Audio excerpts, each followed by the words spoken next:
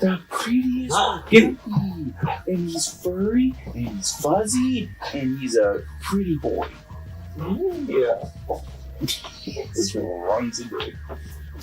Alrighty, I guess I'll start off. So this board game is Rallyman GT.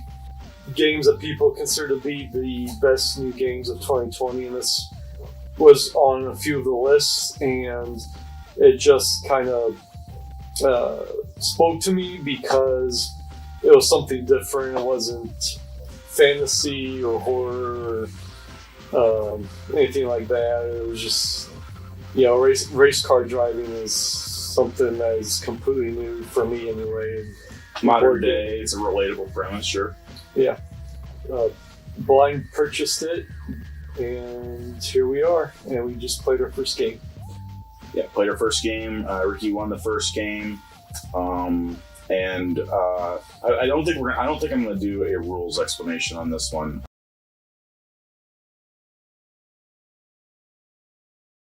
Developed by Jean-Christophe Bouvier and published by, well, a ton of publishers, Rallyman GT is a board game for up to 6 players which pitch you as a rally car driver trying to be the first across the finish line. Each player picks a color, picks a starting tire type, collecting the corresponding dashboard, and begins play in rounds. Each round is divided into 3 phases. In the first phase, you determine turn order. The car moving at the fastest speed is the first car to move. If more than one car is going at the same speed, the car furthest along the track goes first. If 2 cars are moving at the same speed and are on the same segment of the track, then the car on the inside of the track goes first. With these rules, determine player order for the turn. Then on a player's turn, a driver must plan the route they want to take. There are several rules for this. First, the driver looks at their dashboard and takes a number of dice available to them on the board. The dashboard that is used is the one board out of 4 available that has the type of tires last chosen by the player, plus the current weather conditions for the track. With the dice, the player lays them out in front of their car, moving one space either forward or diagonally at a time. The numbered dice must be laid in sequential order, either ascending like 3, 4, 5, descending like 5, 4, 3, or both, such as 3, 4, 5, braking, 2, 1. You can use the white coasting dice to maintain speed for one segment, and you can use the red dice to slow down more than one number at a time by braking. You can either plan out your route and roll all the dice at once, which is called going flat out, or you can roll them all one at a time. If you go flat out, you will earn focus tokens that can be used to guarantee a successful number roll. However, instead of the gear number you need, you may instead incur hazards if these symbols come up. If you roll one at a time, you can choose to stop if you are afraid of taking more hazards. Your dashboard will specify, but if you take either 2 or 3 hazards in a single turn, you spin out and lose all your speed. By the way, you can only pass another player if the space next to them is available and you are moving at or greater than their current listed speed. Another catch is that at certain parts of the board, you must match a certain number on the track or you will lose control. For instance, in a tight turn, the board might require you to reduce your speed from a 5 all the way down to a 2 in order to take the turn safely. And certain corners may require that you both enter and leave that space at a certain speed, so you either have to navigate around these spots into adjacent spaces without the speed limit or suffer a spin out. There are some turns where the speed is listed in a hazard symbol, meaning even if you are at the listed speed, you will have to roll a hazard die along with your roll, doubling your chances of incurring a hazard. You can drive even slower to avoid this. But let's say you lose control. If this happens, the columns on your dashboard will list the consequences depending on your speed, the weather, and the color hazard symbol on that tile of the board. Possible consequences include spitting out and having your turn end early, crashing off the track, which means your end turn not only ends early, but you lose your next turn as well, losing one of your 3 types of colored dice, taking yellow flag, which prevents anyone passing any moving cars, changing the weather, or rarely that nothing happens. If you suffer permanent damage, such as a lost dice or need to change your tires, you can elect at any time to visit the pit stop, which can remove some or all of these permanent sanctions, depending on how much time you are willing to waste there. The winner is the first to cross the finish line on the final lap. Yeah, so Rick and I were in the front, Cody was in the back. Rick won the game. I generally played in a very risky maneuver and spun out twice. Ended up in, we'll call it probably second place. Cody was kind of in the rear the whole time. When he would catch up with us, we would be blocking him so he couldn't pass us, and or because he started a turn behind us, he generally couldn't make up the ground. Was the general nature of this. We only played 1 lap. So this is a very small sample size of how this game works. Your car, how it performs of it is based on weather. So there's these things called hazards. You get 3 hazards. Your car, you lose control, your car spins out off the track depending on how fast you're going. When it was raining, you only needed 2 hazards to spin out. So I could foresee a situation where I will going for it. There's just spin out somewhere in the second turn, second lap. Where Cody could have caught up to us, but we just only played 1 lap. So why don't we turn to you, Cody? Person who seemed to enjoy. Well, I think this game is so much a kind of ass sons of bitch. collect your thoughts. I just, I don't know. I mean, it's hard to tell off of that. It seems like basically that it just was very difficult to get around the people. Like, whoever started first had a clear major advantage. Obviously, we only did one lap, but I mean, that even took like how many hours? Like an hour and a half or so? No. How long do you think that was? Maybe an hour? Yeah. Felt like at least an hour. But it was our first time playing, too. But even then, even if we did 2 laps and it took like an hour and 30 to 40 minutes, it's just like, you know, maybe he could have rolled hazards on 2 of them, or it just could have gone the way it had the whole time and we would have just been behind them. Which I mean is like kind of like racing, so props for that, but I don't know.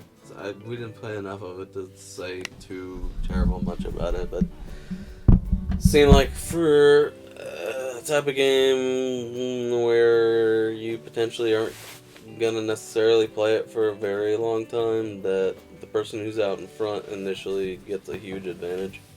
I mean, granted, Rick only had a one space head start. Yeah. Adrian was in the space next to me. It seemed like, for the most part, until like the very end, Adrian was pretty neck and neck. You know, we're pretty close with each other. In fact, I was really pulling ahead, and I just decided to risk it for no reason. I would have enjoyed a more challenging track. I think I went too easy this time. Yeah, I spun out the one. I mean, both times I spun out was because I was trying to just risk it.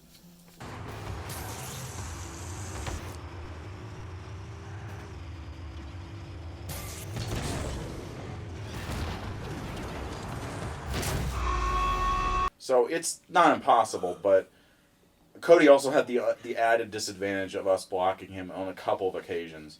Where like even if he wanted to speed up, he would have run into our back ends, and he did at one spot, and he just like couldn't pass us. So Which it's, is unfortunate. Strategic, but I can definitely see how that would be annoying if it keeps happening to you. It probably should just be a 3-lane game for 3 people. You know there are 3-lane spaces that could on the other that more could difficult track. affect, that gives someone like Cody who's behind a chance to, maybe slide in there and overtake us. Of course, if you have 3 lanes, you might be playing with 6 people, so there's always going to be somebody that's a little disadvantaged.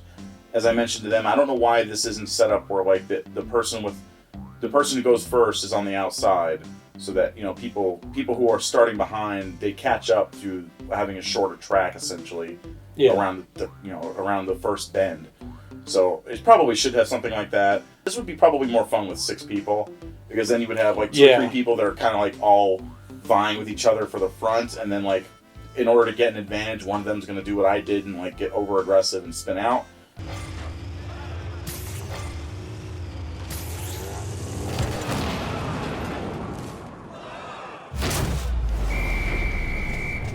And then, okay, now you can start passing them as they make mistakes. Yeah.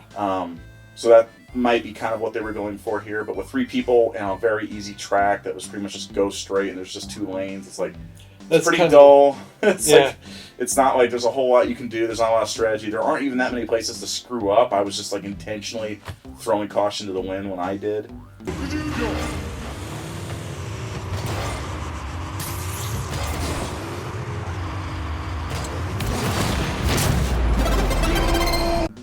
Couldn't say a whole lot about the game, but especially we only played the 1 lap. Again, it was like actual racing where you like bide your time. You don't switch positions in racing like 10 times a lap. It might take like 50 laps for somebody to overtake someone. Right. So like cool about that. And in that fashion, probably you'd want to make it like 5 laps or something to actually be able to judge the game and how like the flow is and like how fun it is. But How fun is that though? I don't know. I can't say, but like it was fun enough for one lap, but you need to make it a lot more to make it actually interesting and like what it was intended to be. But how fun would that be to be like biding your time for 5? I don't know. I mean, imagine. I don't so, know. Like, I couldn't say, but like. I mean, imagine a racing simulator. You know, we hear, oh, it's a race car game. Oh, that's going to be really fun because you move fast in a race car. Yeah. Except you're sitting in a room, you're not moving at all, so you're just simulating a race. And you know, imagine whatever, the Indy 500. How many laps go by before someone overtakes someone else that in a significant way? And it's like, well, you're just playing that out, and you don't even have the, it's not like you have the stimulation of actual speed here.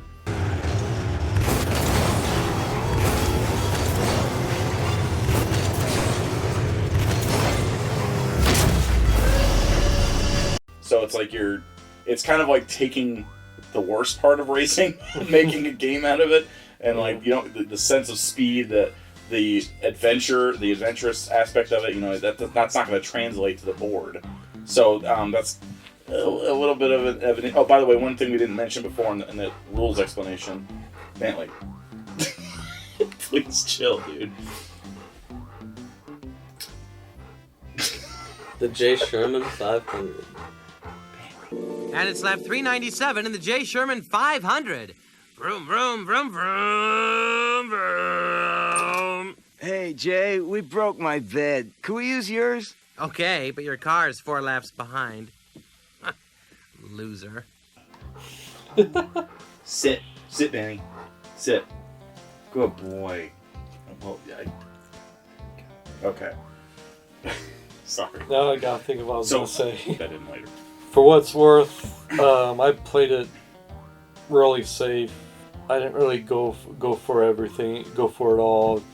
Like, unless I knew, like, for sure that I was gonna have a beneficial outcome.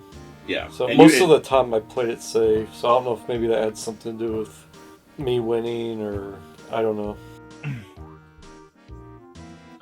All right. Oh, gee, is he gonna get it? Wow. This is for my wife and kids! Reggie, please help me.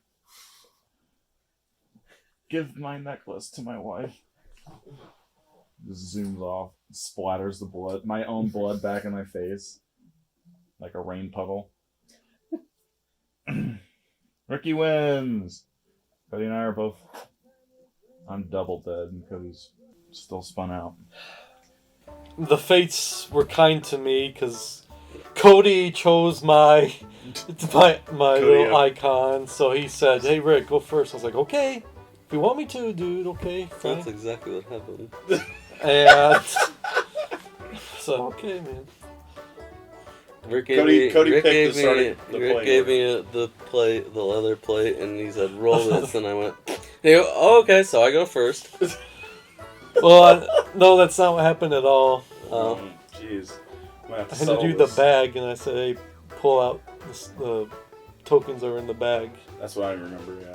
And you pulled out Rick's first, so Mm-hmm. that meant he goes first. Well, no, it was never established. I just pulled some random thing out, and then Well, that put it doesn't on the matter leather anyway. thing, and Rick said, "Oh, okay, I'm first." I mean, knowing that wouldn't have changed anything. It was just confirmed you was a bastard. So there really isn't like that much to say. We didn't play it long, and it's not that complicated a game. So I guess let's just jump to our final thoughts. Mm-hmm. I can't say that I was really that impressed with this playthrough. I think it would be a lot better with more people. Yeah. And probably a harder, more interesting track where you can't just go straight all the time and not do anything. And like, obviously you can wait for people to screw up and spin out or whatever, but if you just if you have one person who's kind of always behind, like they don't have enough time to catch up, even if they are going to buy their time, like Cody. So then it's just me and Rick, and like I decided to try to make things interesting, and that caused me to spin out, sure. But for it's kind of like it was really plain, and we chose one lap probably not enough time. But I feel like we got probably, we know enough of the game to be able to like kind of sense where it would be 2 or 3 laps from now. Yeah.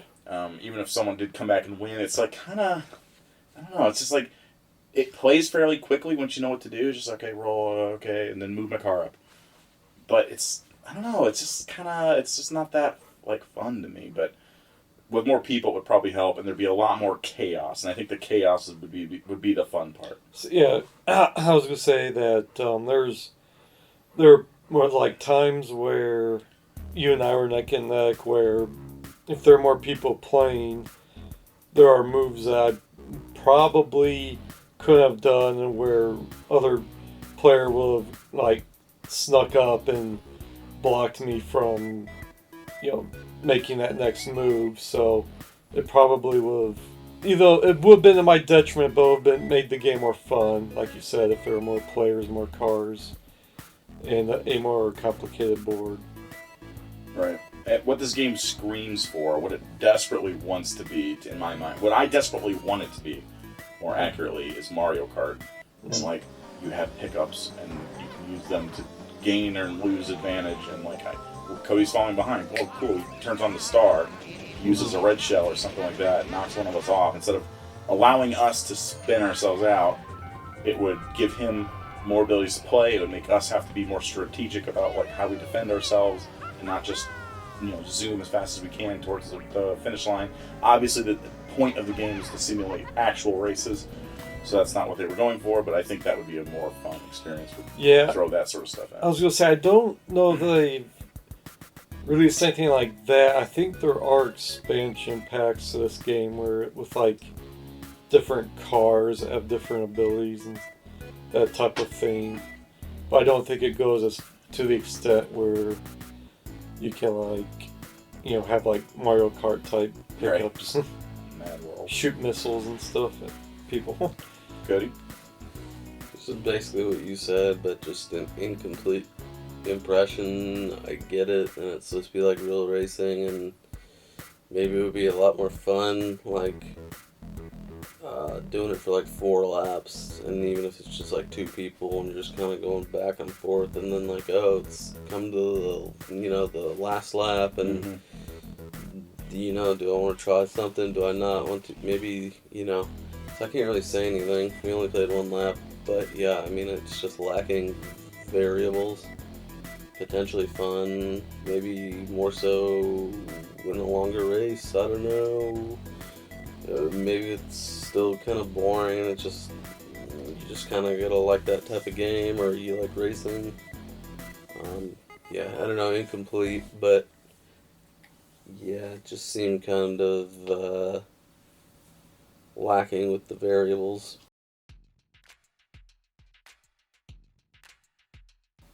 It's a board game compared to the other things we've played. In what way? What's that? It's probably supposed to go on for a little while longer. A little more closely. Yeah, I'm sure if we played this for 10, but I mean, we played it for long enough as it was. So. Right, and we it's no secret probably at this point that we don't enjoy 3-hour games. We prefer the things that we can start playing, end it, and then like the whole night hasn't disappeared on us. We can still do something else. And so we decided to play 1 intentionally. I'm sure we could have played a second match, but like I don't know, I was just kind of like ready for it to be done, even though it was fairly short. Yeah. I think if we knew what we were doing, we started from the beginning, we knew what we were doing, like we can get through 1 lap easily in a half hour. Yeah. And you can get through 2 in an hour, and so on. And so like it wouldn't be that long of a game. It wouldn't be outrageous to play 4 laps. And it would be kind of cool, like, towards the end, like, someone spun out, they got careless up front. Of course, if they're really far ahead, they have no need to do anything risky. Yeah. Like real racing, to its credit. Yeah, but that's what I'm saying, is like, ideally you have like 6 laps or so, and it's like, it's not even necessarily that, again, like I'm gonna roll them all at once. I'm gonna speed up to 6. Like, you could all just be going like 3 and then coast around the corner for like 2 hours. And then like, Rick doesn't roll it quite right, just randomly, and then, crap. Now all of a sudden he's spun out, and it gives me a chance to win in the race. You know, and like, but for us personally, would that be more fun? Maybe not, because it's just what we did is just longer. So it would just be kind of the same thing for just a longer time. Yeah. But that would definitely make it more suspenseful. But It's a game for patient people that are willing to, like, just play that 5% better than their opponent for a longer time in order to, like, get that advantage and to overtake them. And, you know, like, we're probably looking for something a little more immediately fun. So, instant gratification, suck my balls. Oh. that was a nice combo there. Out of 100, what would you give it? I'd probably give it like a 60. 60? Again, it's hard to say since I feel like it was intended to be played longer, but I guess 70. Yeah, I'll go 75. I don't want to be too mean to it from our first playthrough, and I don't think any of us had a bad time, but I don't think any of us were longing to play it more either, which is like really kind of the main problem. So, interesting game, very well designed, well put together, modular board. It has a lot of bits and pieces that seem really complicated, but it plays pretty naturally, and so there's like good design there. And it's probably doing a good job of simulating what it's like to be in a race, but most of that being in a race is fairly repetitive, monotonous, boring, dull, whatever word you want to use for it, and that's kind of how it felt. So I think we'll conclude it there. Thank you.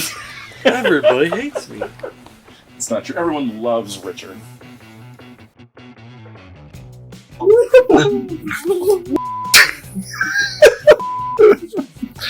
Watch him, Vinny. Watch him. Watch him.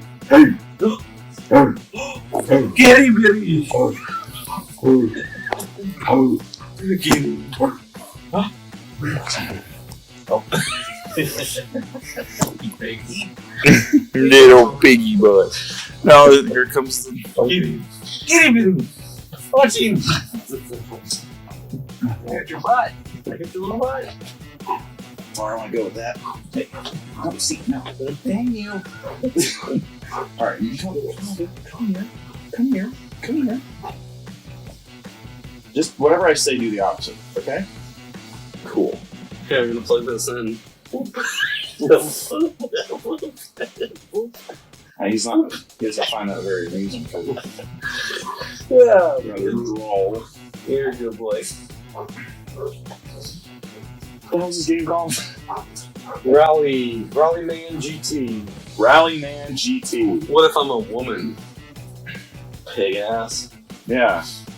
What the heck, Ricky? Are the pronouns gender neutral in the book?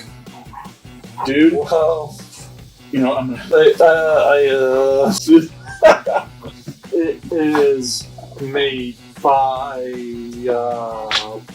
Holy Grail Games, developed by Jean-Christophe Beauvois. Beauvoir, I'm sure. Beauvois. And And Ruzi.